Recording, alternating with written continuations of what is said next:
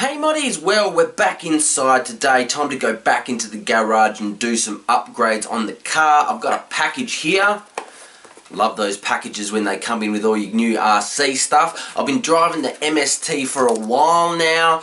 You've probably seen a lot of it in all my videos, my drifting videos, and it's been pretty good standard directly out the pack, but there is some upgrades that I've needed to do, some of the things that aren't performing to the top level. Now, they do work and it is alright if you're just out having a bash or things like that, but this is going to be a little bit of a pro series and we're going to take you through the upgrades that I've purchased.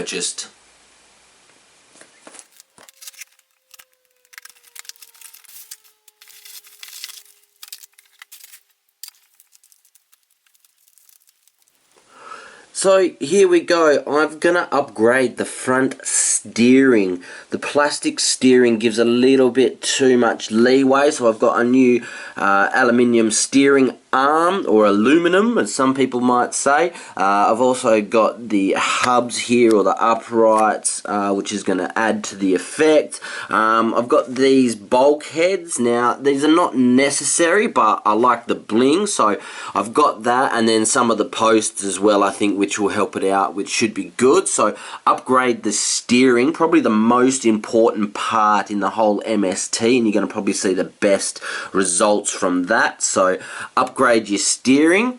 I'm also going to change these ball connectors at the top of the car. You will see, if I take this off here, you will see these ball connectors in here, these ones right in here, are actually plastic. So I found that when you get plastic rubbing on plastic, it can be a little bit stiff. So I think by going to metal, it's actually going to make a huge difference to the smoothness of the suspension and the way it pivots on that axis there. So I had to get a couple of these. I've got 8. I think you're going to need more if you want to do the underside as well, but I'm just going to stick to the 2 on the top across all 4 sides. And we'll see how that goes. If I need to buy more, I can buy more. They're only about $6, so not a huge expense. This one here, the aluminium shaft mount, again, probably to do with the smoothness of the running of the car. The main gear runs off this.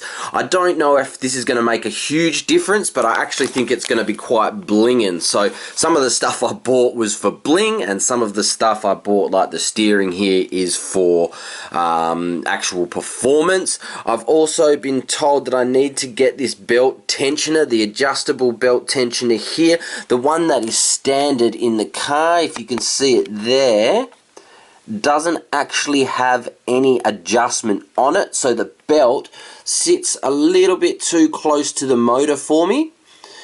And a lot of people have had a bit of issues with that running into the motor. The motor gets hot and it can wear the belt. So by having an adjustable one, I should be able to adjust that and make it slightly higher so that we can get a little bit more clearance. I've also got some turnbuckles. So I bought the turnbuckle set so I can change and mix and match any ones that I need to. Some of these ones in here which aren't overly adjustable, or the turnbuckles in here, I found that they seem to be a little bit short. And especially in the front, I've had a bit of chatter and a bit of wobble because they're extended as far as they can go. And that doesn't give it a good connection when it goes, the thread goes into these connectors here. So I've got some of these. I'm really looking forward to them. Actually, probably going to make it more stable.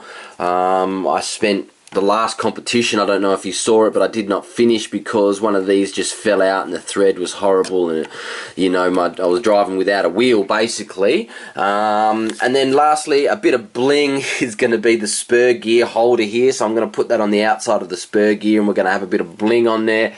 Probably doesn't do a whole hell of a lot, but it's going to be blinging.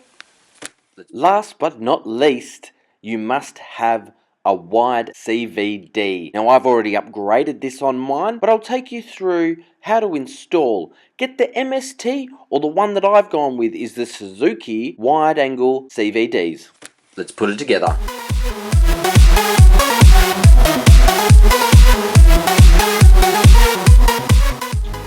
Probably haven't shown you guys this yet, but a mate of mine actually picked up a couple of these motors. Someone in Russia has been, it looks like, digitally 3D printing them and sticking them together. Now, I know it's not the correct RB or the 2JZ motor for the particular Nissan that I have, but it is really cool. I like it. I wasn't going to wait the 5 weeks to do it. He was selling it for about $25, so that's what they kind of cost, which are really cool. If you've got a 3D printer, you can probably print them yourself, but I think that's pretty cool, and it gives me something realistic to look at when I open my engine bonnet.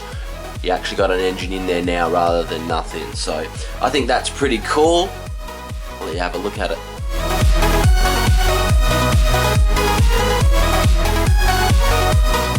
Also, hit me up if you want the link for it. Now, upgrading your parts is quite easy. You take off the old parts, insert the new parts, and there you go, you've got your upgraded part. The tough part is to tune the new parts to make sure that you're getting the most out of these parts. But that's the fun part. Let's montage through this, because like I said, you just take the old parts out and put the new parts in.